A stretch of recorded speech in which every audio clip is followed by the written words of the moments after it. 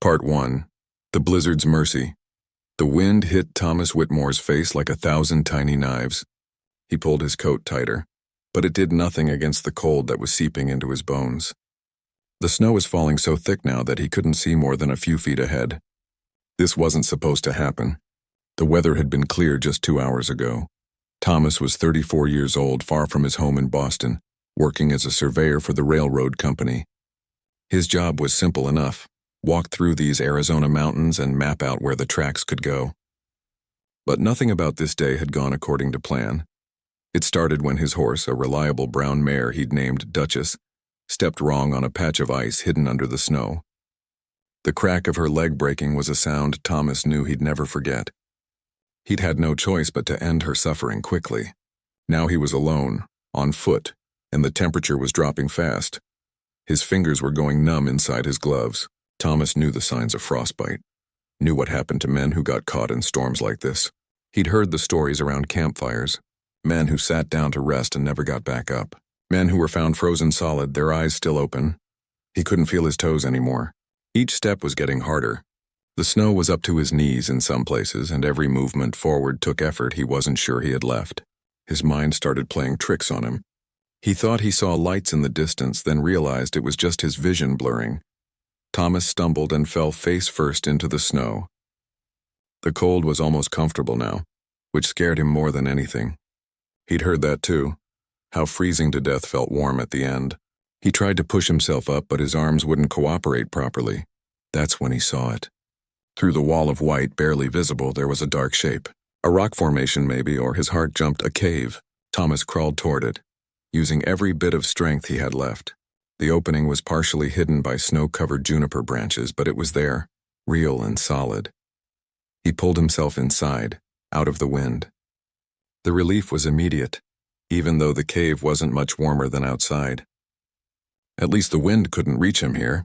Thomas collapsed onto the cold stone floor, his whole body shaking. His eyes were closing on their own. Just rest for a minute, he thought. Just a minute. He didn't see the small fire burning deeper in the cave. He didn't hear the soft footsteps approaching. He didn't know that someone else was already there, watching him with wide, frightened eyes.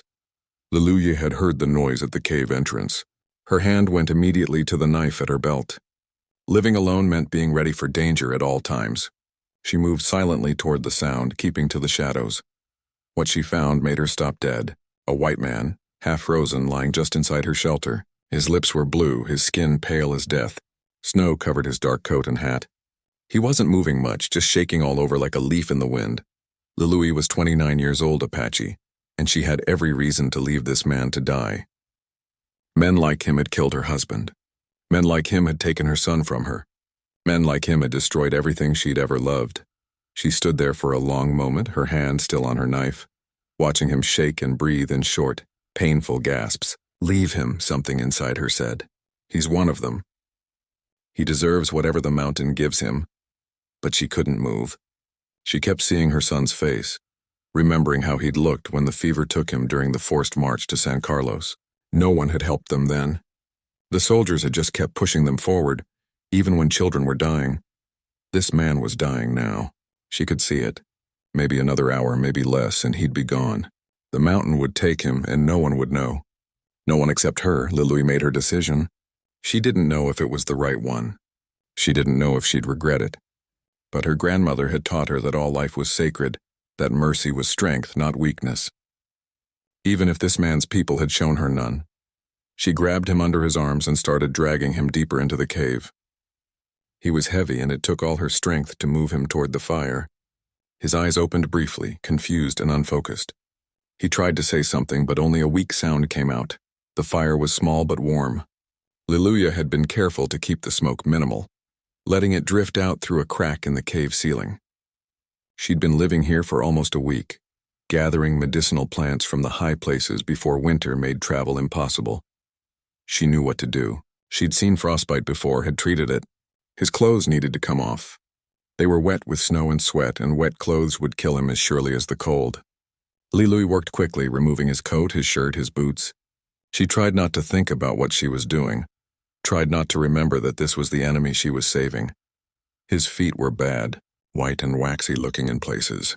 his fingers too, but he was still breathing, still fighting. She wrapped him in the animal hides she'd brought with her, thick furs from deer and elk. She added more wood to the fire, making it bigger than she normally would. Smoke be damned. This man needed heat. For the rest of that day and into the night, Liluya kept the fire going. She warmed water and tried to get some between his lips. He was barely conscious, mumbling words she didn't understand. English words. Sometimes he called out for someone named Catherine. Sometimes he just moaned. Outside, the blizzard got worse. The wind howled like a living thing and the snow piled higher and higher at the cave entrance. Liluya knew what this meant. They were trapped. Even if she wanted to leave now, wanted to get away from this white man she'd saved, she couldn't. The mountain had made its choice. She sat by the fire, watching him shake and sweat through his fever, and wondered what she'd done. Had she saved a life, or had she just complicated her own? In a few days, maybe a week, the storm would pass. Then what? He'd wake up fully and see her, an Apache woman, alone. Would he be grateful or would he be angry? Would he try to hurt her? Liluya touched her knife again, making sure it was close. She'd saved his life, yes, but that didn't mean she trusted him. Trust was something men like him had beaten out of her long ago. The fire crackled and popped. The wind screamed outside.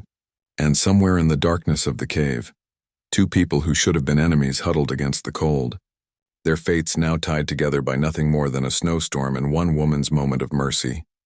3 days passed in a blur of fever and cold. Liluya barely slept, keeping watch over both the fire and the stranger. She gave him water when he could drink. She changed the furs when they got too soaked with sweat. She kept the fire burning, even though her wood supply was running lower than she liked. On the morning of the 4th day, his eyes opened, and stayed open, really open. Not the confused half-consciousness of before. Thomas looked around the cave, at the fire, at the animal hides covering him. Then his eyes found her. They stared at each other across the fire. Neither moved. Neither spoke. The only sound was the wind still howling outside, though not as fierce as before. Thomas saw an Apache woman with long black hair and dark eyes that held something he couldn't quite read. Fear maybe, or anger, probably both. She had a knife on her belt and her hand was resting near it. Liluya saw a white man with several days of beard growth and blue eyes that looked surprised and confused. He was thin under those furs, and his fingers were bandaged with strips of cloth she'd torn from her own spare clothing. Finally, Thomas spoke. His voice was rough and dry. "Thank you." Liluya didn't respond. She didn't know if she should. Her English wasn't very good, learned years ago from missionaries who'd come through her people's lands. She understood his words, but understanding and trusting were two different things. Thomas tried to sit up and immediately groaned. Everything hurt. His head felt like someone was pounding on it with a hammer. His fingers and toes burned with a pain that made him gasp. "Don't move," Liluya said in careful English. "You sick?" "Still sick." Her accent was thick, but he understood. Thomas lay back down, his heart pounding hard. He was alive. Somehow, impossibly, he was alive. And this woman, this Apache woman, had saved him. Outside, the blizzard continued its assault on the mountain. Inside the cave, two strangers began the careful dance of learning to exist in the same small space, neither quite sure if the other was friend or foe. Part 2, Uneasy Sanctuary. The silence between them was thick and uncomfortable. Thomas watched as Liluya moved around the cave with practiced ease, tending to the fire, checking her supplies. She moved like someone who'd spent her whole life outdoors, every gesture efficient and purposeful. He, on the other hand, could barely lift his head without the world spinning. "How long?" he managed to ask, his throat still rough and painful. Liluya held up 4 fingers. 4 days. He'd been unconscious for 4 days. Thomas tried to process this information. 4 days meant his company would be worried. 4 days meant the storm had been going on far longer than any weather report had predicted. 4 days meant he owed this woman his life. She brought him water in a wooden cup. Thomas drank gratefully, the cool liquid soothing his throat. When he tried to hand the cup back, he noticed the bandages on his fingers for the first time. They were careful wrappings, the work of someone who knew what they were doing. "My fingers," he said, fear creeping into his voice. "Are they—" "You keep them," Liluya said simply. "I work fast. Cold not stay long in skin." Relief flooded through him. His fingers would survive. His toes too, probably. All because this stranger had known what to do and had done it, even though he was her enemy. Even though his people had given her every reason to hate him. Over the next few days, Thomas slowly regained his strength. The fever broke completely on the 5th day. By the 6th day, he could sit up without feeling like he might pass out. But the storm outside showed no signs of stopping. The snow kept falling and the wind kept howling. They were trapped together, two people who couldn't communicate properly, forced to share a space barely big enough for one. The cave wasn't large, maybe 20 feet deep and 15 feet across at its widest point. The entrance was narrow, which helped keep the heat in but also made Thomas feel closed in. He'd never liked tight spaces. Back home in Boston, he'd always chosen rooms with big windows and high ceilings. Here, the stone walls pressed in from all sides. Lily had made the cave as comfortable as possible. She had a neat pile of supplies in one corner, dried foods and roots he didn't recognize, some plant materials that might have been medicine. She had several water containers made from animal bladders. She had more furs and hides than seemed necessary for one person, which made him realize she'd probably planned to stay here for a while. "You live here?" Thomas asked one evening as they sat by the fire. Lily shook her head. "Camp far. I come for plants. Medicine plants. In high places." She gestured upward, meaning the mountain peaks. Then storm come, so she'd been caught too, just like him. The thought made him feel a strange kinship with her. Both of them had been going about their business when nature decided to trap them together. Communication was difficult. Liluy's English was limited to simple words and short sentences. Thomas knew absolutely no Apache. They relied heavily on gestures and drawings scratched in the dirt floor of the cave. It was frustrating and slow, but somehow they made it work. Food was a concern. Thomas had brought supplies with him, standard surveyor fare, dried beef, hardtack, some coffee, and a bit of sugar. When he offered to share, Lily looked surprised. She'd probably expected him to keep it all for himself, but Thomas's mother had raised him better than that. You shared what you had, especially with someone who'd saved your life. Liluy's food was different from anything Thomas had eaten before. She had some kind of dried berry cakes that were surprisingly sweet. She had roots that she roasted in the fire until they were soft and nutty tasting. She had strips of dried meat that might have been deer or elk. She showed him which ones were safe to eat and which were only for medicine. They established a routine out of necessity. Lily kept the fire going during the day while Thomas rested and regained his strength. Thomas took over fire duty at night, letting her sleep. They took turns melting snow for water. They each kept to their own side of the cave, maintaining a careful distance. But the cave was small and it was impossible not to learn things about each other.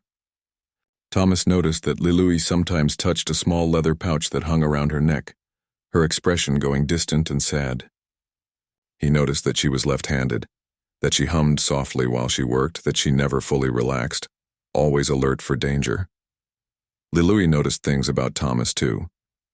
She noticed the gold wedding band he still wore on his left hand, even though there was no wife with him. She noticed how he sometimes woke from sleep with a gasp, like he'd been having nightmares. She noticed that he was careful with his gestures around her, always moving slowly, always making sure she could see his hands. On the 7th day, Thomas tried to explain what he did for work. He drew lines in the dirt, trying to show her about the railroad. Lily watched with growing understanding, and then growing anger. She knew about the railroad. Everyone knew about the railroad. It was one more way the white men were carving up the land, taking what didn't belong to them. "This," she said, pointing at his drawings, "hurt my people. Take land, push us away." Thomas felt shame burn in his chest. She was right. The railroad did hurt her people. He'd seen it himself, seen how the routes were planned without any regard for who lived there or what was sacred to them. He'd tried to argue with his bosses about it, tried to suggest alternative routes that would avoid Apache lands. They'd laughed at him. "I know," he said quietly. "I try to help. They don't listen to me." Lily studied his face for a long moment, as if trying to decide whether he was telling the truth. Finally, she nodded once, a small acknowledgement that maybe he was different from the others. But Thomas could see the doubt in her eyes. One good intention didn't erase what his people had done to hers. That night, as the fire burned low and the wind howled outside, Thomas couldn't sleep. He kept thinking about everything that had led him to this cave. His wife Catherine dying 3 years ago, the baby they'd lost with her, The emptiness in his Boston house that had driven him west. The job that paid well but made him feel like he was participating in something wrong. "You sleep?" Liluya's voice came from the darkness on the other side of the fire.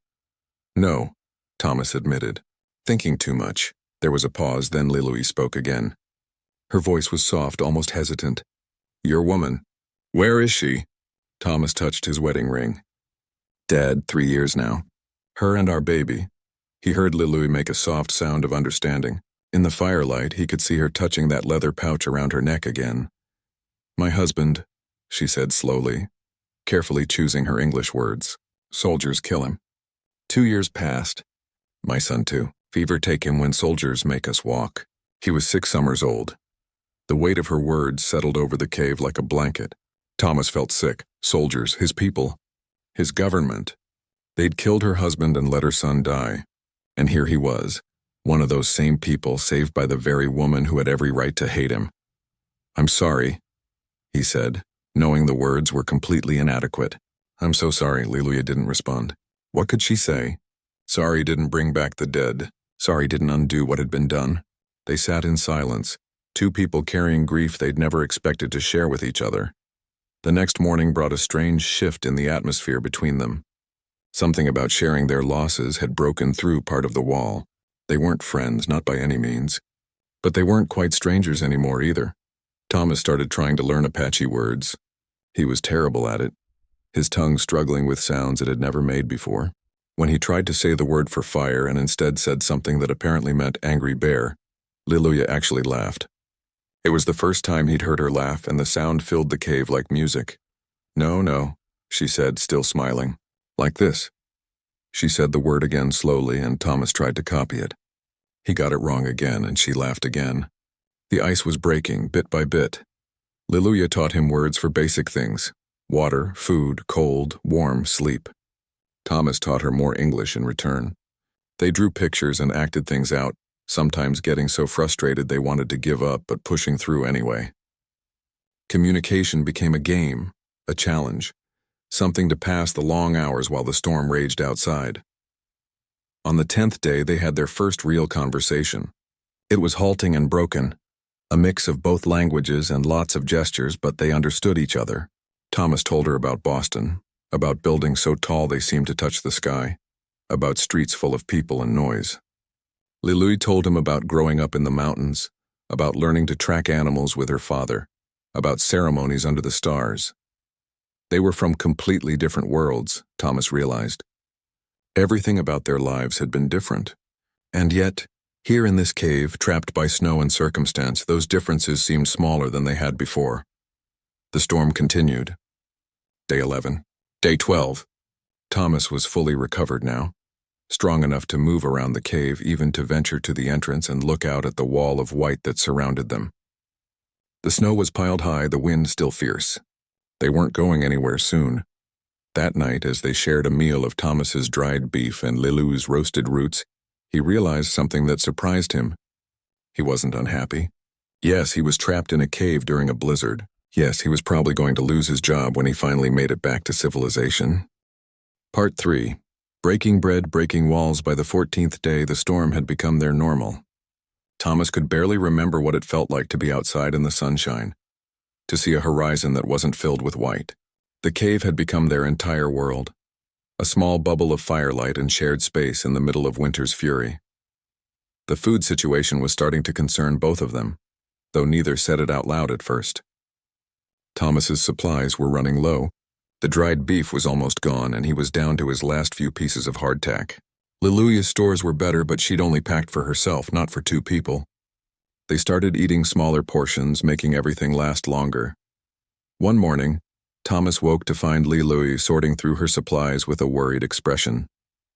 She had everything laid out on a hide, counting and recounting. When she noticed him watching, she didn't try to hide her concern. "We need make food last," she said simply. "Storm still strong. Maybe many more days." Thomas sat up, running a hand through his hair. It had gotten long and messy. He probably looked terrible. "How many days can we stretch it?" Liluya thought for a moment, calculating in her head. "Maybe 10 days. Maybe 12 if we're careful. 10 to 12 days. And that was if the storm stopped right then, which seemed unlikely. Thomas felt worry twist in his gut, but he pushed it down. Panicking wouldn't help. They needed to be smart about this. Okay, he said. We ration everything. Smaller meals. Make it last as long as possible. Louis nodded, looking relieved that he understood the seriousness of their situation. Together, they divided the remaining food into daily portions. It wasn't much. They'd both be hungry, but they'd survive. Probably. The smaller meals meant they had more time to talk, more time to fill with something other than eating. Thomas got better at Apache words, though he still mangled the pronunciation more often than not. Louis's English improved too, growing more confident with each passing day. One afternoon, Thomas pulled out his surveying notebook. Most of it was ruined from when he'd been out in the snow, but some pages in the middle had stayed dry. He showed Louis his maps and charts, explaining as best he could how he measured distances and marked landmarks. She was fascinated by the maps. She touched the paper gently, tracing the lines he'd drawn. This is land? She asked. All this you can put on paper? Yes, Thomas said. See, these marks here are mountains. These wavy lines are rivers. These dots are where towns might be built. Louis's expression darkened at the mention of towns. Towns meant more white people. More settlers, more land taken, but she didn't pull away from the maps. Instead, she pointed to a section Thomas had marked with a special symbol. What is this? She asked. Thomas felt embarrassed. That's a sacred site. At least I think it is. I saw some stone markers, and the way they were arranged, it seemed important. I marked it so the railroad would avoid it. Louis looked at him with surprise. You do this? You mark our sacred places. When I can recognize them, yes, Thomas admitted. Not that it matters much. The company usually ignores my recommendations. They want the cheapest, straightest route, and they don't care what's in the way. He expected anger from her, but instead Louis looked thoughtful. She studied the map more carefully, then pointed to another area. Here, she said. This place also sacred, very old. My people go there for ceremonies. Thomas pulled out a pencil, one of the few that hadn't been ruined. Show me all the places I should mark.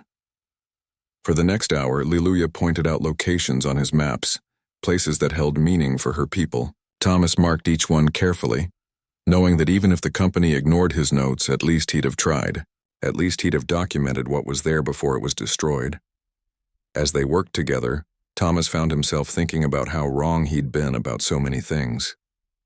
The railroad company had told him the Apache were primitive, that they had no real civilization, no important sites worth preserving. But listening to Louis describe the significance of each location, the ceremonies held there, the history attached to them, he realized how rich her culture was, how much would be lost when the railroad came through. Why you help? Louis asked suddenly. You white man. Your people win. Why you care about my people's sacred places? It was a fair question. Thomas set down his pencil and thought about how to answer. Because it's wrong, he said finally. Just because we have the power to take something doesn't mean we should. Just because we can destroy something doesn't mean it's right. Louis watched him carefully. Other white men, they not think like you. I know, Thomas said. Believe me, I know. My bosses think I'm crazy. My coworkers think I'm too soft. But I can't. I can't be part of destroying people's lives and pretend it's progress. That's not progress. That's just cruelty. Something shifted in Louis's expression. The guarded look she usually wore softened slightly. You see us as people, she said softly. Not many white men do this. You are people, Thomas replied. That shouldn't be a radical idea, but apparently it is. They sat in silence for a moment, the weight of the conversation settling over them. Outside, the wind howled. Inside, something was changing between them, walls coming down brick by brick. Later that evening, as they shared their small ration of food, Louis started telling Thomas stories. Stories from her childhood, stories about her people's history, stories about the world as she understood it. Her English was still halting, and she often had to stop to search for words or gesture to fill in gaps, but Thomas listened with complete attention. She told him about how her grandmother had taught her to find healing plants, how each plant had a spirit and you had to ask permission before taking it. She told him about learning to track animals, how to read the land like a book. She told him about ceremonies under the full moon, about songs that had been passed down for generations. In return, Thomas told her about his life before, about his wife Catherine, how they'd met at a church social, how nervous he'd been asking her to dance, about their small house in Boston, the garden Catherine had loved, the way she'd sing while making dinner, about the excitement when they found out they were expecting a baby, and the devastating day when he lost them both. She was everything, Thomas said quietly, and then she was gone and I didn't know how to keep living in that house, in that city without her. So I came west. Thought maybe I could outrun the grief. You cannot outrun grief, Lily said. It follows. Like shadow, yeah, Thomas agreed. I'm learning that. Lily touched her medicine pouch again, that gesture Thomas had seen so many times. My son, she said. His name was Nahali. Means blessed in my language. He was 6 when the fever took him. Smart boy, brave. He never cry when soldiers push us. He try to be strong. Her voice cracked slightly and Thomas saw tears glistening in her eyes. Without thinking, he reached across the space between them and gently touched her hand. Just a brief touch, a moment of human connection. Lily didn't pull away. I have his hair, she said, touching the pouch. Small piece. And my husband's knife. This all I have left of them. I'm sorry, Thomas said. I'm sorry for what my people did to your family. You did not do it, Lily said. You not the one who gave orders. You not the one who shot my husband or marched us until children fell. No, Thomas agreed. But I benefit from it. I work for the same government that did those things. That makes me part of it whether I want to be or not. Lily considered this. Maybe, she said. Or maybe you can be part of making it different. Making it better. It was more grace than Thomas felt he deserved. Here was a woman who'd lost everything to his people, and she was suggesting he could help make things better. The faith in that idea, the hope in it, made his chest tight. The days continued to blend together. 16 days in the cave, 17, 18. The storm seemed endless, but Thomas found he minded less than he expected. Yes, he was hungry. Yes, he was tired of the same small space. But the time spent with Lily was... He searched for the right word in his mind. Valuable. That's what it was. Valuable in a way that had nothing to do with money or his job or any of the things he'd thought were important before the blizzard. One evening, he tried to teach her a song. It was an old hymn his mother used to sing, something about amazing grace. His singing voice was terrible, and he forgot half the words, but Lily listened with a small smile on her face. When he finished, she sang something for him in Apache. Her voice was clear and beautiful, and even though he didn't understand the words, the emotion in the song made his throat tight. What's it about? He asked when she finished. It's a song we sing for the dead, Lily said, to help them find their way to the spirit world, to tell them we remember them. They sat in comfortable silence after that, each thinking about the people they'd lost, the ghosts that lived in their hearts. But somehow sharing the weight made it feel a little lighter. The next day, Thomas made Lily laugh by trying to copy the way she moved. She was always so graceful and efficient in her movements, while he clomped around like a bear. When he tried to imitate her silent walking technique, he tripped over his own feet and nearly fell into the fire. Lily laughed so hard she had to sit down, and the sound filled the cave with joy that had been missing for too long. You very loud, she teased. Animals hear you from far away. Part 4. Walls made of snow, walls made of fear. The 19th day in the cave began with a problem. Thomas woke to find Lily sitting by the fire, her expression troubled.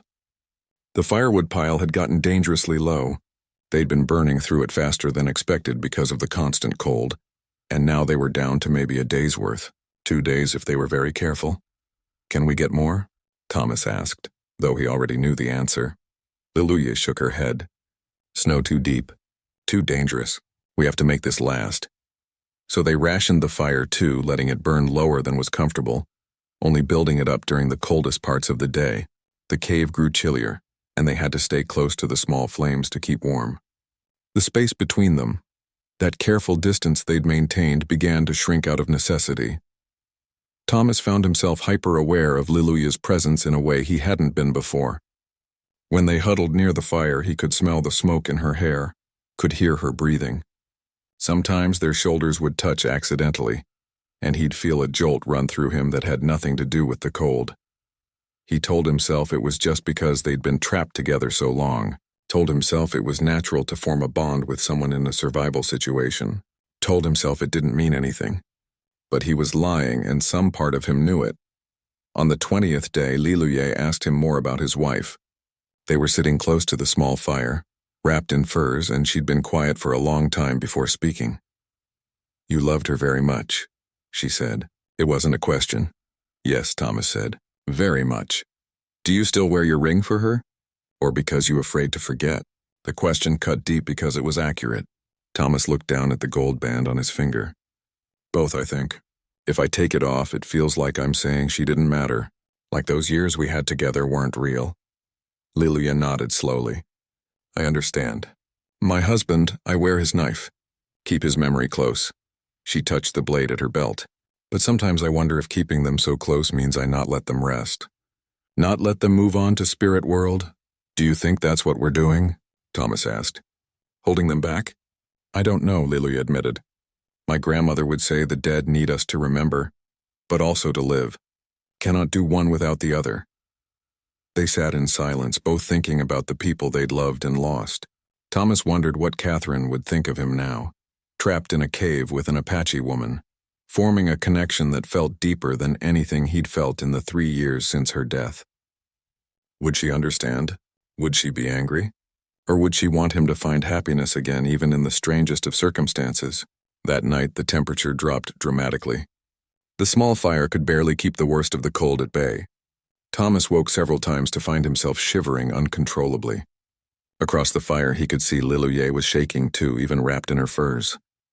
"This is too cold," Thomas said, his teeth chattering. "We need to stay warmer." Liluye knew what he was suggesting, and he saw the conflict in her eyes. Sharing body heat made sense for survival, but it also meant crossing a line they'd been careful not to cross. It meant trusting each other in a more vulnerable way. "Okay," she said finally. "We stay warm together. Is only for survival." "Only for survival," Thomas echoed, though his heart was beating faster than it should have been. They arranged their furs into one sleeping area close to the fire. Thomas lay down first, and Liluye positioned herself nearby, not quite touching but close enough that he could feel her warmth. They kept their backs to each other at first, maintaining what distance they could while still sharing heat. But the cold was relentless, and gradually they moved closer together. Thomas felt Liluye press against his back, felt her shivering gradually slow as they shared warmth. He tried to keep his breathing steady, tried not to think about how this felt, but it was impossible. It had been 3 years since he'd been close to another person like this. 3 years of sleeping alone, of waking up to an empty space beside him. "Thomas?"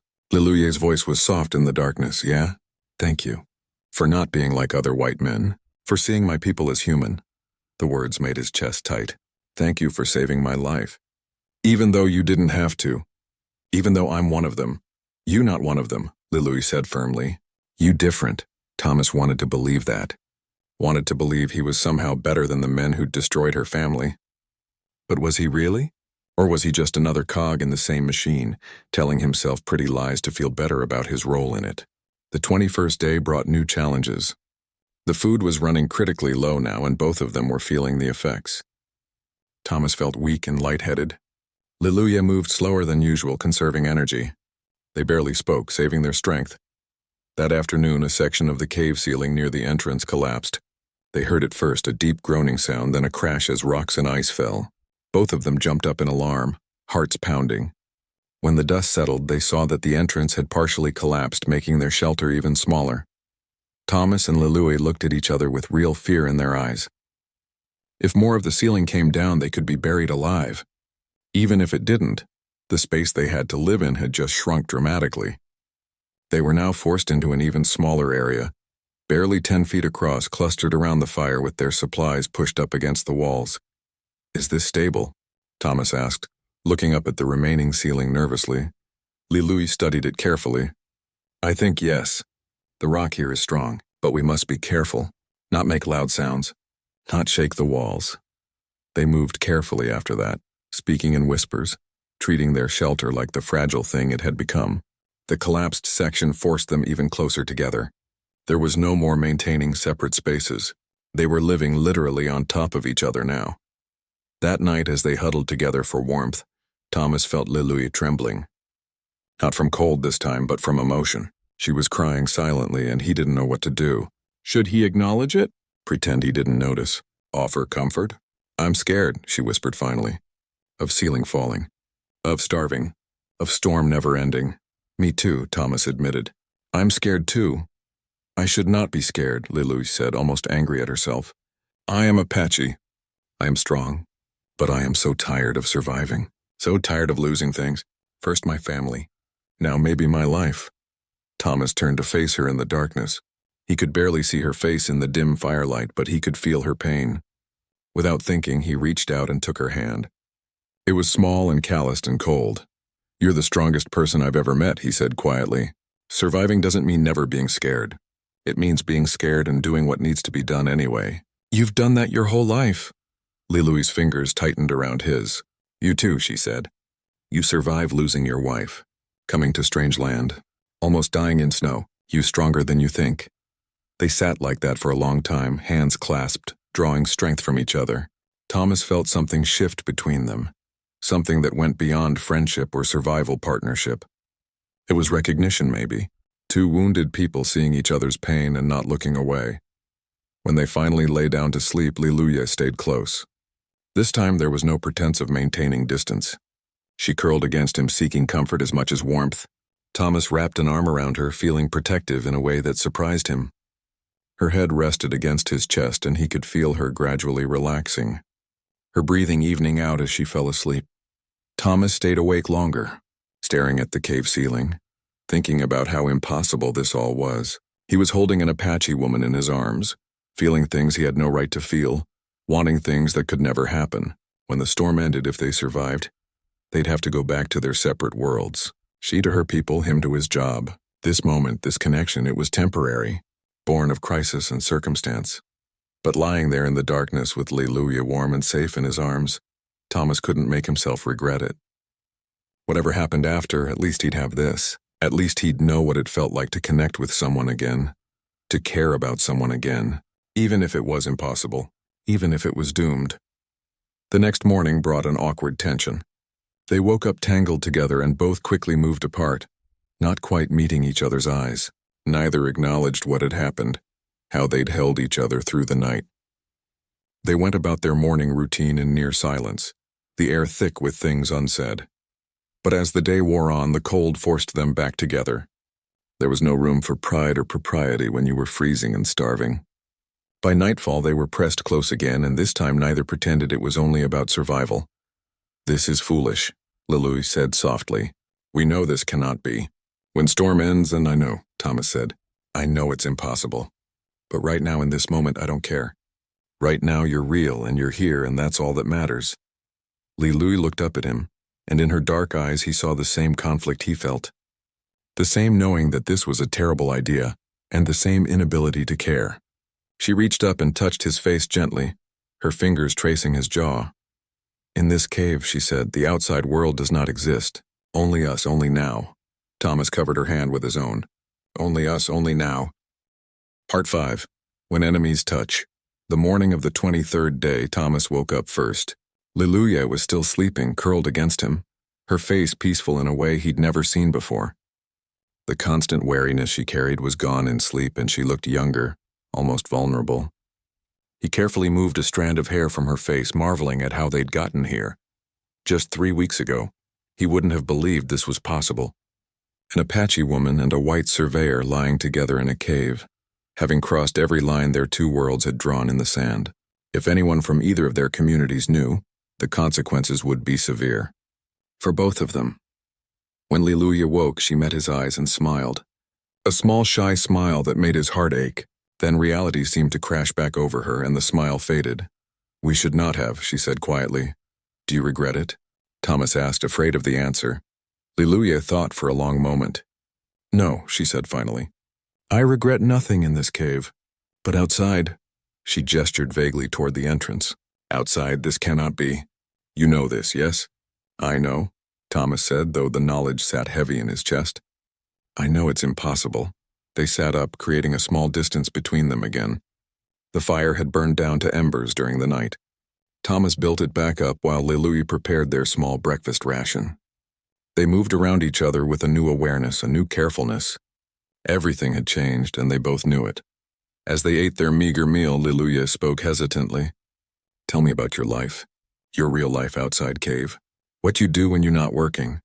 Thomas thought about his life before the blizzard. It seemed like a lifetime ago. Honestly, not much. I work, I eat, I sleep. Sometimes I go to a saloon and play cards with other surveyors. Sometimes I write letters to my mother back in Boston. That's about it. You lonely, Liluya said. It wasn't a question. Yeah, Thomas admitted. Very lonely. Have been since Catherine died. I work with other men, but they're not really friends. We don't talk about real things.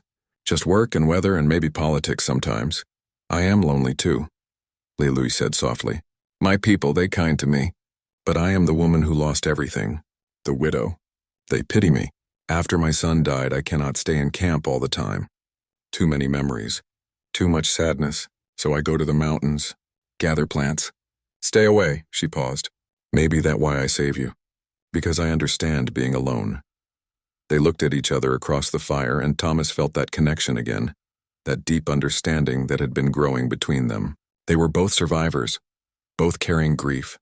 Both lonely in their own ways. The cave had brought them together, but it was their shared pain that had allowed them to really see each other. The food finally ran out on the 24th day. They ate the last of everything for breakfast, scraping the bottom of containers, chewing on roots they'd been saving. After that, there was nothing left but water from melted snow. How long can we last without food? Thomas asked, trying to keep his voice steady. Maybe 5 days, Liluya said. Maybe more if we rest. Save energy. Don't move much, 5 days. And the storm was still going. The wind still howled outside, the snow still fell. Thomas felt fear creep up his spine. They'd survived the cold and the cave-in, but they might not survive starvation. That afternoon, Thomas noticed Liluya looking weaker than usual.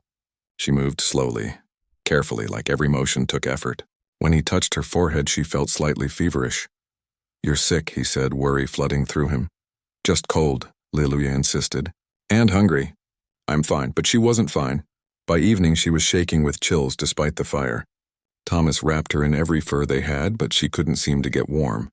She drifted in and out of sleep, mumbling sometimes in Apache. Thomas felt helpless. She'd saved his life weeks ago when he was sick, and now he couldn't return the favor. He didn't know Apache medicine. He didn't know which plants did what. All he could do was keep the fire going and keep her warm. That night was the longest of Thomas's life. He held Liluya close, feeling her shake and burn with fever. He sang to her softly, songs his mother used to sing, songs Catherine had loved. He didn't know if she could hear him, but he sang anyway. He told her stories about Boston, about the ocean, about anything he could think of to fill the silence. Please don't die, he whispered into her hair. Please, I can't lose someone else. Not you. Toward morning, her fever broke. She woke up weak and disoriented, but more clear-headed than before. When she saw Thomas's face, saw the worry and exhaustion there, she reached up to touch his cheek. You stay with me, she said, her voice raspy. All night. Of course I did, Thomas said. Where else would I be? Liluya's eyes filled with tears. My husband, when I was sick before, he also stay. Never leave my side. I thought I'd never have that again. Never have someone care if I live or die. I care, Thomas said fiercely. I care very much. You can't die on me, Liluya. I won't allow it, she gave a weak laugh. You very bossy for white man in my cave. Your cave? I thought we were sharing. We share many things now, Liluya said softly. And there was something in her eyes that made Thomas's breath catch. The 26th day brought a small miracle. The wind seemed quieter. Thomas could barely believe it at first, thought maybe he was imagining things. But no, the constant howling had decreased. The storm was finally weakening. Do you hear that? He asked Liluya. She listened carefully, then nodded. Storm ending. Maybe tomorrow, maybe next day we can leave. They should have been happy. They should have been celebrating their survival. Instead, they looked at each other with a mix of relief and dread. Leaving meant going back to their separate lives. Leaving meant the end of this strange bubble they'd been living in. What will you do? Thomas asked. When you leave here? Liluya was quiet for a long moment. Return to my people. Tell them I am alive. Continue my life, she paused. And you? Report to the company. Probably get fired for disappearing for a month. Find a new job somewhere. Thomas tried to sound matter-of-fact, but his voice cracked slightly. live my life. Apart, Lilia said. We live our lives apart. Yes. Neither of them said what they were both thinking. That living apart felt impossible now. That going back to being lonely strangers felt like tearing something vital out of their chests. That night they held each other with a new urgency. This might be their last night together. Tomorrow or the next day they'd walk out of this cave and back into reality. Back to a world where an Apache woman and a white surveyor had no business being together. Back to a world that would condemn what had grown between them. I wish we could stay here, Lilia whispered. Forever in this cave where no one tells us we are wrong. Me too, Thomas said, his arms tightening around her. God help me too. They kissed in the firelight, tasting salt from tears neither acknowledged. They held each other through the night, neither sleeping much, both trying to memorize every moment, every sensation. The way her hair smelled like smoke and pine. The way his heartbeat sounded under her ear. The way they fit together like two puzzle pieces that had finally found each other. When morning came, the silence was deafening. The storm had stopped completely during the night. Through the partially blocked entrance, they could see weak sunlight struggling through. It was over. The blizzard was done. They'd survived, and now they had to figure out how to survive what came next. Part 6, the sun's cruel honesty. The sunlight streaming into the cave felt wrong somehow. For nearly a month, they'd lived by firelight, in a world of shadows and flickering warmth. The bright morning light was harsh and unforgiving, showing every crack in the cave walls, every sign of their desperate survival. And worse, it meant they had to leave. Thomas and Lilia moved slowly that morning, neither eager to begin packing. They were both weak from hunger, moving carefully to conserve what little energy they had left. But more than that, they were delaying the inevitable. We need to clear the entrance, Thomas said finally. Someone had to acknowledge what needed to happen. Together, they worked to move the rocks and ice that had partially blocked their way out.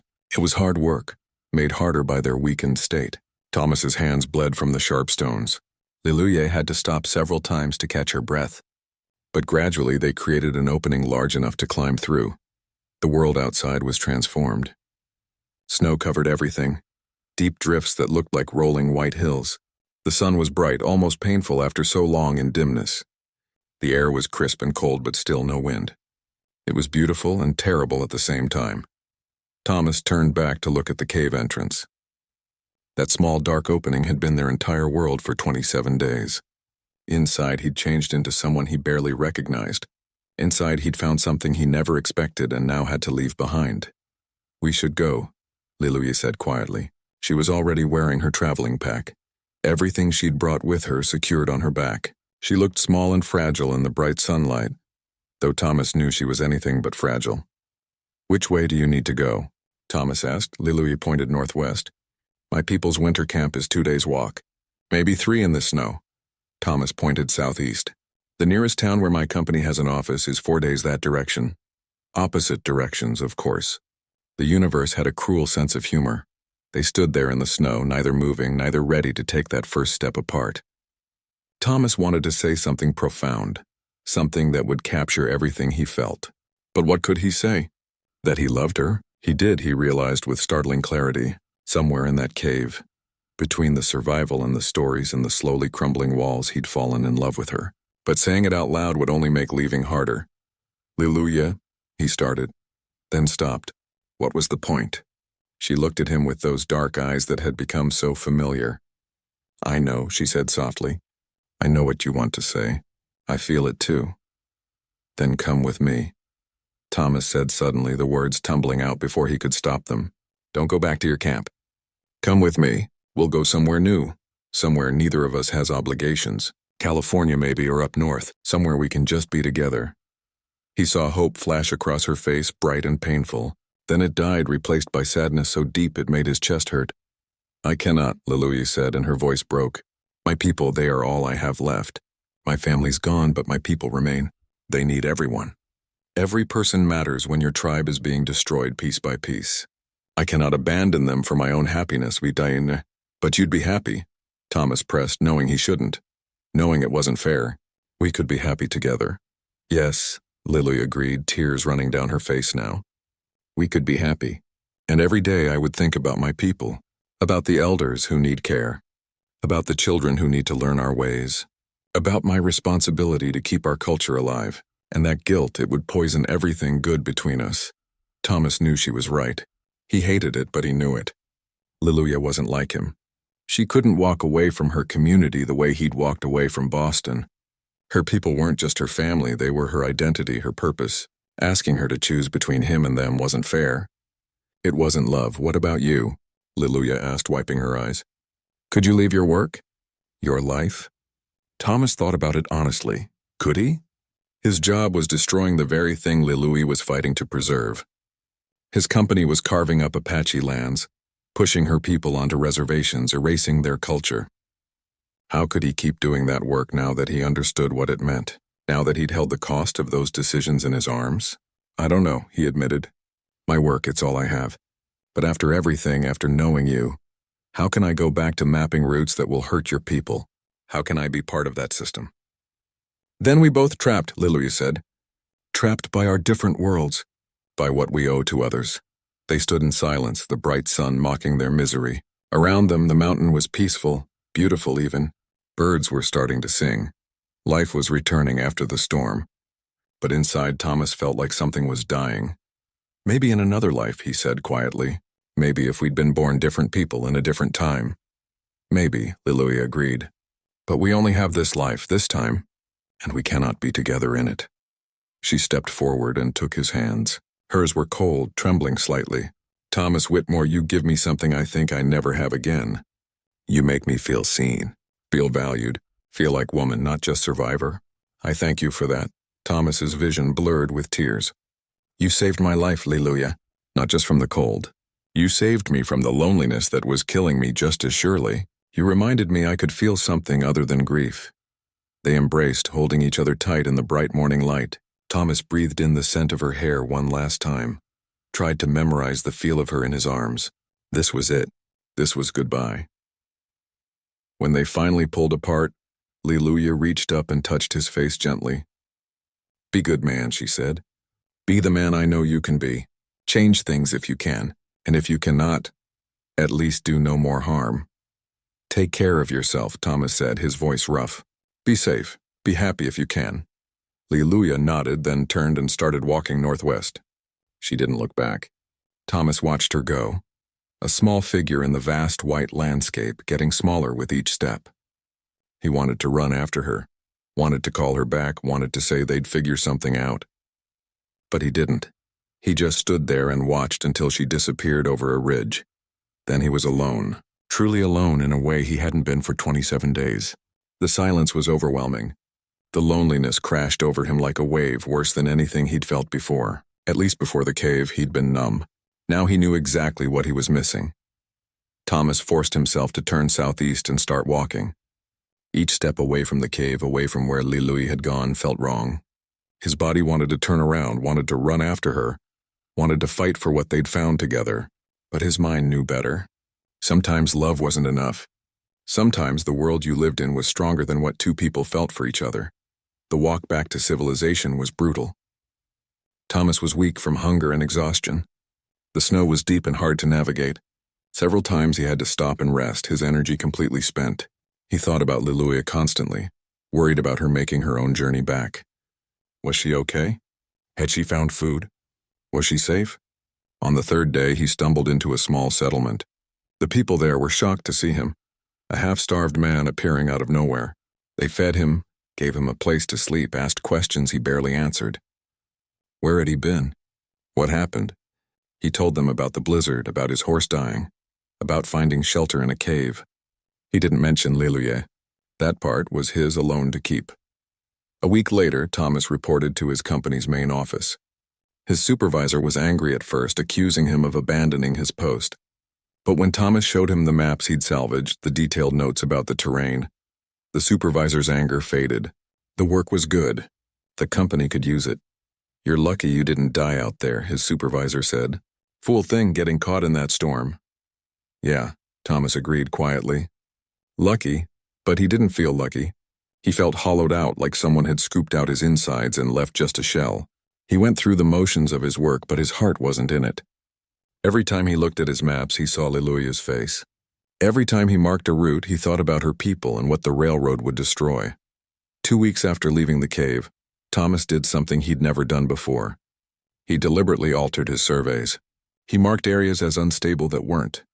He noted dangerous terrain where there was none. He routed the railroad away from every sacred site Liluye had shown him, even when it meant a longer, more expensive path. He knew it wouldn't stop everything. The railroad would still come. Apache lands would still be taken, but maybe, just maybe, he could save a few places, preserve a few sites that mattered. It wasn't much, but it was something. It was all he could do from where he was. At night, alone in his tent or in cheap hotel rooms, Thomas would take out his wedding ring. He'd worn it for 3 years after Catherine died, a symbol of love lost, but now it felt different. He thought about Liluye wearing her medicine pouch with her son's hair and her husband's knife. They were both carrying their dead with them, letting the past define their present. One night, Thomas slipped the ring off his finger for the first time in 3 years. He held it in his palm, feeling the weight of it. Catherine would have wanted him to be happy, he knew that. She'd have hated seeing him hollow and alone. And Liluye had been right about one thing. Keeping the dead so close sometimes meant you couldn't. Part 7, the distance between heartbeats. 3 months passed like a slow torture. Thomas went through each day feeling like he was watching his own life from a distance. He worked, he ate, he slept, but none of it felt real. The only real thing had been those 27 days in a cave with a woman he couldn't have. His supervisor noticed the change in his work. The routes Thomas mapped were becoming increasingly complex, avoiding areas for reasons that didn't quite add up. When questioned, Thomas gave technical explanations about soil stability and grade percentages. Most of it was lies, but he'd gotten good at lying over the past 3 months. Whitmore, this route adds 3 miles and probably $10,000 to the project, his supervisor said one afternoon, pointing at Thomas's latest map. You better have a damn good reason. The alternative route crosses an area prone to landslides, Thomas said smoothly. We'd lose more than $10,000 in repairs and delays if the tracks get damaged. This is the safer choice. It wasn't entirely untrue. There had been one landslide in that area, 15 years ago, but his supervisor didn't need to know that. What he definitely didn't need to know was that the area Thomas was avoiding was a burial ground Liluye had marked for him in the cave. His supervisor grumbled, but accepted the explanation. Thomas had built up enough credibility that his judgment was trusted. For now, but he knew it couldn't last. Eventually, someone would check his work more carefully. Eventually, they'd realize he was sabotaging the railroad's plans. And then he'd be finished. Thomas found he didn't care as much as he should have. Losing his job used to be his biggest fear. Now it seemed trivial. He'd lost something far more important in those mountains, and no amount of employment security could fill that hole. He started drinking more than he should. Not enough to interfere with his work, but enough to help him sleep at night. Enough to quiet the voice in his head that kept asking why he'd let her walk away, why he hadn't fought harder, why he was still here doing work he hated for people who didn't care about the harm they caused. One night in a saloon, another surveyor named Jack sat down across from him. Jack was older, grizzled, the kind of man who'd been out west for decades and looked like the land had worn him down to nothing. You got the look, Jack said, taking a swig of his whiskey. What look? Thomas asked. The look of a man who's lost something important and doesn't know how to get it back. Jack studied him with sharp eyes. Woman? Thomas didn't answer, but his silence was answer enough. Let me guess, Jack continued. She's somewhere you can't reach. Maybe she's married. Maybe she's above your station. Maybe she's just far away. Something like that, Thomas muttered. You gonna spend the rest of your life pining for her? Or you gonna do something about it? There's nothing to do, Thomas said bitterly. It's impossible. We're from different worlds. It would never work, Jack laughed, a rough sound. Son, I've been alive 56 years. You know what I learned? Impossible is just a word people use when they're too scared to try. If she matters, you fight for her. If you don't fight, you'll regret it every day for the rest of your life. Thomas wanted to argue, wanted to explain all the very good reasons why he and Liluye couldn't be together, but the words stuck in his throat. Because deep down he knew Jack was right. He was scared of what choosing Liluye would mean, scared of leaving his job and his people and everything familiar, scared of trying and failing. It was easier to tell himself it was impossible than to admit he was just a coward. That night, Thomas lay in his bed staring at the ceiling. He thought about Liluya constantly, wondered what she was doing. Was she thinking about him too? Or had she moved on? Accepted that their time together was just a strange moment out of time. Did she wake up in the middle of the night with her chest aching the way he did?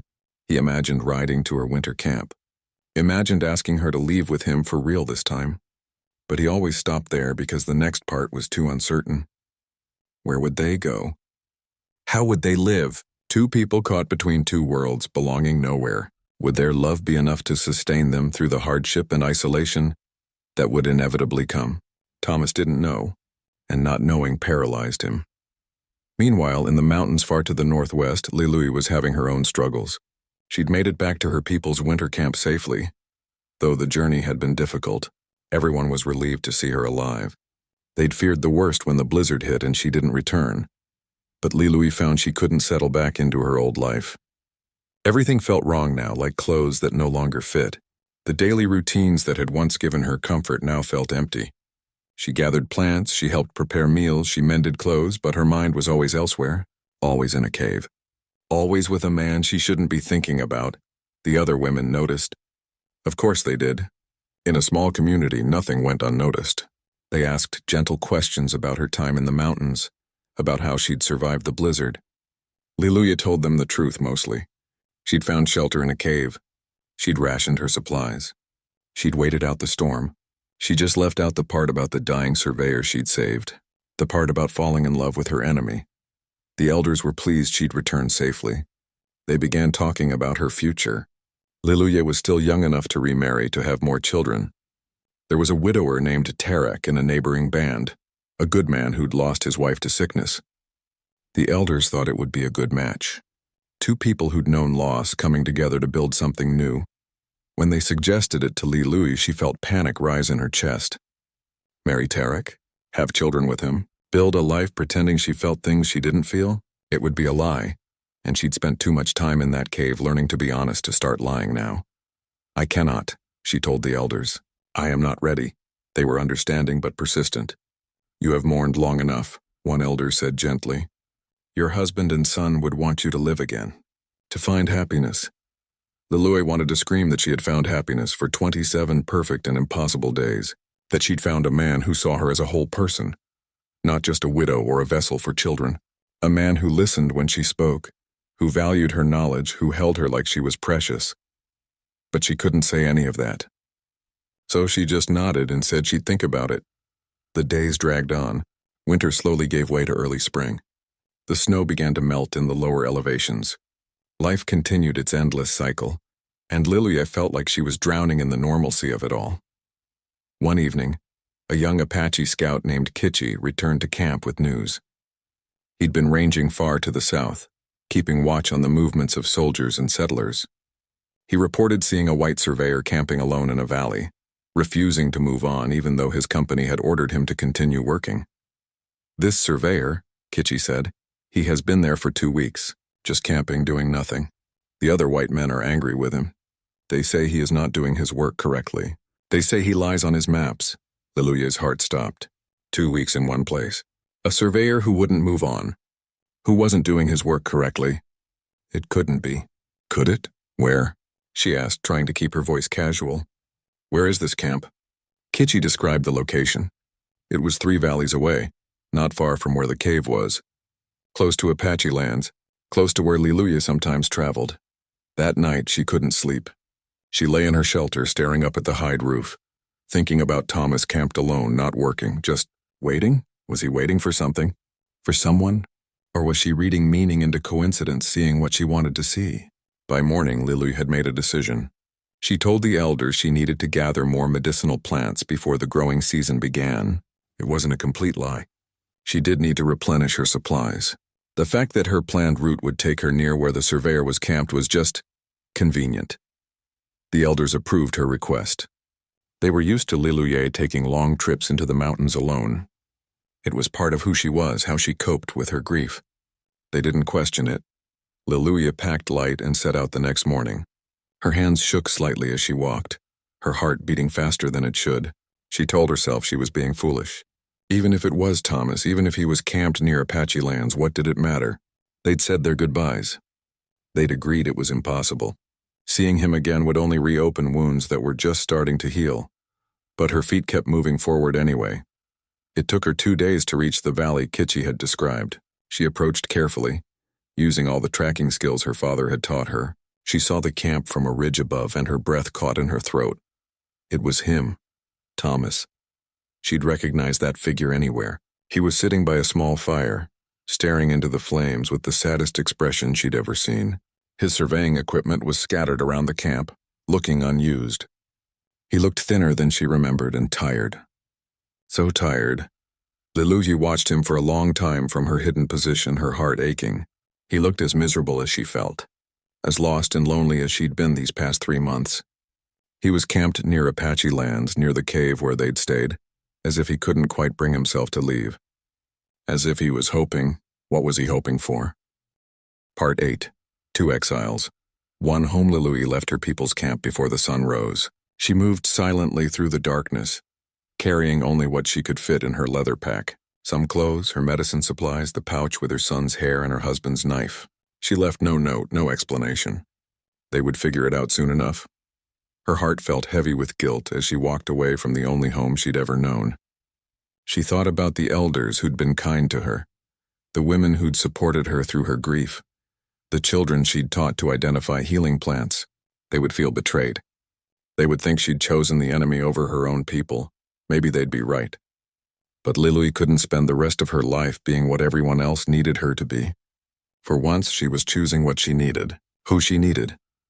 She found Thomas exactly where he'd been the night before, sitting by his fire in the pre-dawn darkness. He looked like he hadn't slept at all. When he heard her approach, he jumped up, relief flooding his face. "You came," he said. "I was afraid you'd change your mind." "I almost did," Liluyi admitted. 3 times on the walk here, I almost turned back. But then I think about spending my whole life wondering what if, and I keep walking. Thomas pulled her close, and they stood like that for a long moment, drawing strength from each other. When they finally pulled apart, Thomas looked serious. "We need to leave quickly," he said. "Once your people realize you're gone, they might come looking. And we need to be far away before anyone from my company finds out where I am." They packed up Thomas's camp efficiently. He didn't have much. His surveying equipment, which he debated bringing, then decided against. That life was over. He took his money pouch, some clothes, his rifle and ammunition, basic camping supplies. Everything fit on the horse he'd bought a few weeks ago. "Where do we go?" Liluyi asked as they prepared to leave. Thomas had been thinking about this for weeks. "North," he said. "Up into the territories where neither the railroad nor the government has much reach yet. We'll find a remote valley somewhere, build a homestead, live quietly, hopefully far enough from everyone that no one bothers us." It was a vague plan, but it was all they had. They set out as the sun rose, riding north on Thomas's horse with Liluyi sitting behind him, her arms wrapped around his waist. They traveled fast, putting as much distance as possible between themselves and their old lives. The first few days were hard. They were always looking over their shoulders, expecting to see pursuit. Liluyi jumped at every sound, certain that Apache scouts were tracking them. Thomas worried that his former company had put a price on his head for the trouble he'd caused. But as days turned into a week and no one appeared, they started to relax slightly. They fell into a rhythm. Thomas handled the hunting and heavy labor. Liluyi found edible plants and identified good water sources. They combined their different knowledge and skills, creating something stronger than either of them alone. One evening, camped by a stream under a sky full of stars, Thomas asked the question that had been on his mind. "Do you regret it? Leaving your people?" Liluyi was quiet for a long moment. "I regret the pain I caused them," she said honestly. "I regret that they will think badly of me. But leaving itself? No. I do not regret choosing life with you over half-life without you. I'm going to spend the rest of my life trying to be worth that choice," Thomas said quietly. "You already worth it," Liluyi replied. "You worth it the moment you listen to me in that cave. The moment you see me as person, not as enemy." After 2 weeks of travel, they found it, a remote valley in what would someday be Montana. Far from settlements and military posts, there was a stream with good water, meadows that would support crops and maybe some animals, forest for hunting and wood. Mountains surrounded them on 3 sides, providing natural protection and isolation. This could work, Thomas said, surveying the land with his practiced eye. We could build a life here. It's beautiful, Lily agreed. Reminds me of the high places where my people used to camp before everything changed. They got married that very day. No witnesses except the mountains and sky. No official papers or legal recognition. Thomas had kept a small Bible from his mother, more out of sentiment than faith. He read passages about love and commitment, while Lily sang an Apache marriage blessing her grandmother had taught her. They exchanged vows in both English and Apache, promising to honor and protect each other for as long as they lived. Thomas took off the wedding ring he'd been wearing on a chain around his neck. Catherine's ring. He looked at it for a long moment, then gently placed it in a small hollow in a nearby tree, along with a whispered thank you and goodbye. Liluya did the same with her medicine pouch, leaving it as an offering and a release of the past. We start new, she said. Honor the dead, but live for each other. That night they consummated their marriage under the stars, and it felt sacred in a way that had nothing to do with churches or ceremonies. It was just two people who'd found each other against impossible odds, choosing to build something new together. The first year was brutally hard. Building a cabin from scratch, clearing land for crops, hunting and gathering enough food to survive the winter. Thomas's hands, soft from years of surveying, became calloused and rough. Lily taught him everything she knew about living off the land, about reading weather patterns and animal behavior. Thomas taught her more English and helped her understand white people's ways, knowledge that might save her life if they encountered settlers. They made mistakes. Planted crops in the wrong soil, built their first cabin roof wrong and had to redo it. Nearly starved during a particularly harsh winter, but they survived together, learning and adapting and refusing to give up. In the second year, travelers started appearing occasionally. Other outcasts, other people who didn't fit anywhere else. A former slave heading west to escape his past. A Chinese railroad worker who'd fled when the work camps became too brutal. A mixed-race woman with 2 children and no husband, fleeing a town that had turned violent against her. Thomas and Lily helped them all, shared food when they had it, offered shelter and directions to safe places. Their valley became known quietly among outcasts as a place where you could stop and rest without judgment, where a white man and an Apache woman had somehow made peace work.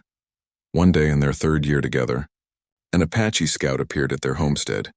Lily recognized him as Kitchi, the same young man who'd first told her about Thomas's camp years before. She tensed, waiting for accusations or demands that she return. But Kitchi had come with a different message. Your people do not forget you, he said in Apache. Some are angry, yes, but others understand. They say you were brave to choose your own path. How do they fare? Liluya asked, afraid of the answer. We survive, Kitchi said simply. The reservation is hard. Many are sick. Food is scarce. But we endure, he paused. We hear stories about this place, about the Apache woman and white man who help travelers, about the valley where outcasts are welcome. These stories give people hope. They show that different worlds can live together. After Kitchi left, Liluya cried in Thomas's arms. She'd been so afraid that her people would hate her forever. Knowing that some understood, that her choice had somehow become a symbol of possibility, eased the guilt she'd carried. In their 4th year, Liluya realized she was pregnant. The news filled them both with joy and terror. They were far from doctors, from help of any kind, and Liluya had lost a child before, had watched her son die when she couldn't save him.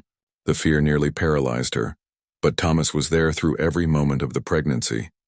He read every book he could find about childbirth. He learned from Liluya about Apache birthing practices. When the time came, late in the autumn of their 4th year together, he delivered their daughter himself. They named her Dawn because she represented a new beginning. She was healthy and strong, with her mother's dark hair and her father's blue eyes, a perfect blend of both worlds. 2 years later, they had another daughter. They named her Hope because that's what their family represented. Hope that 2 people from different worlds could build something beautiful together. Hope that love could overcome prejudice and fear. Hope for a better future. The girls grew up speaking both English and Apache, learning stories and skills from both cultures. Thomas taught them to read and write. Liluya taught them to track animals and identify plants. They learned that being different wasn't a weakness but a strength, that carrying 2 cultures made them richer, not confused. More travelers came over the years. The homestead became a known stop on the underground network of people fleeing oppression. Thomas and Lilui never turned anyone away. They shared what they had, helped people get back on their feet, sent them on to safer places when they could. Sometimes Apache people would stop by, usually scouts or travelers who remembered Lilui. They'd share news from the reservations, bring messages from people who remembered her. Lilui would send back medicines and messages of her own. She couldn't return to her people, but she could still help them from afar. Thomas never went back to surveying, but he found other ways to use his skills. He drew maps for travelers showing safe routes and places to avoid. He wrote letters for people who couldn't write, helping them communicate with distant family.